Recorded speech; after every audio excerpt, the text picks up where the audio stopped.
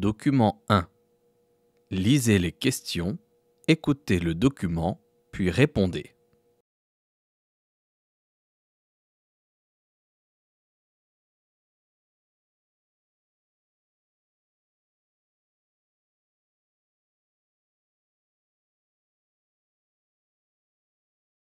La consommation d'insectes est-elle inévitable à l'avenir?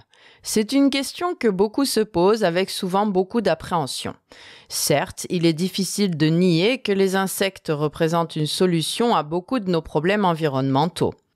En effet, ils demandent beaucoup moins de ressources en eau et rejettent beaucoup moins de CO2 que le bétail traditionnel, en particulier le bœuf.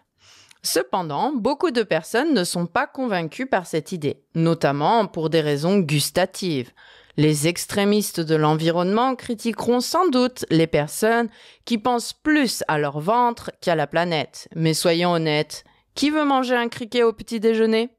Doit-on sacrifier la bonne bouffe, l'un des plus grands plaisirs de l'homme, pour sauver notre planète? Non, il y a plusieurs autres alternatives possibles. La viande in vitro, le véganisme, ou même simplement une réduction drastique de la consommation de viande sans l'interdire. Des solutions bien plus faciles à avaler que des insectes, non?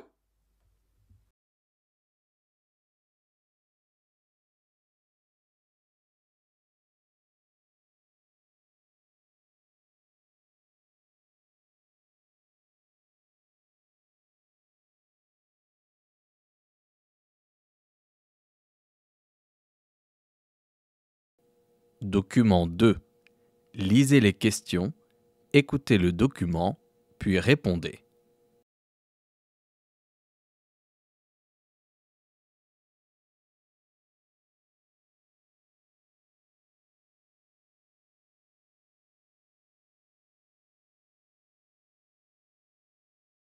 Le nom de la course marathon vient de l'histoire d'un messager ayant couru de la ville de Marathon à Athènes pour annoncer une victoire militaire.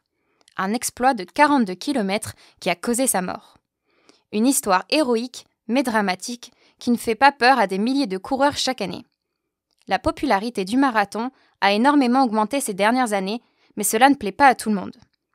Le marathon a perdu de sa saveur et n'est plus un défi assez important pour les accros de la course. C'est pourquoi, depuis quelque temps, la mode des ultramarathons explose. 50 km, 100 km, 200 km, il n'y a plus de limite. Ces courses se font d'ailleurs souvent de nuit et dans des montagnes. L'exemple le plus fou, l'UTMB, une course de 170 km autour du Mont Blanc qui rassemble plus de 10 000 participants chaque année. Alors, ne soyez pas déçus si vous n'impressionnez personne avec votre performance au marathon lors de votre prochain dîner de famille. Vous avez encore quelques kilomètres à faire.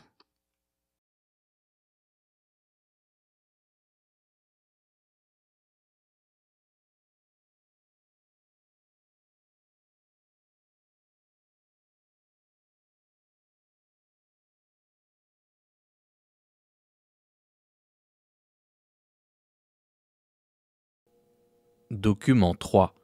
Lisez les questions, écoutez le document, puis répondez.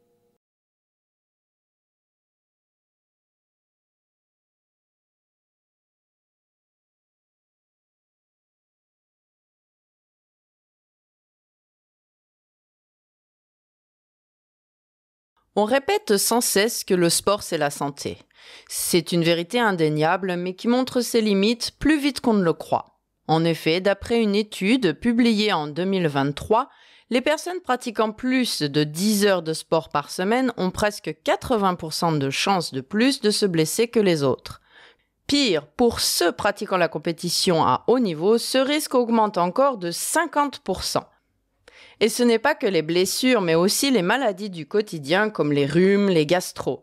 Et oui, un entraînement sportif trop intensif affaiblit les défenses immunitaires et donc rend les grands sportifs plus susceptibles aux microbes et aux virus. Quand on sait que pour obtenir les bénéfices du sport pour la santé, baisse des risques d'obésité, de diabète, de maladies cardiaques, il suffit de quelques heures de sport par semaine. On se dit que rester au chaud à la maison n'est pas toujours une mauvaise option.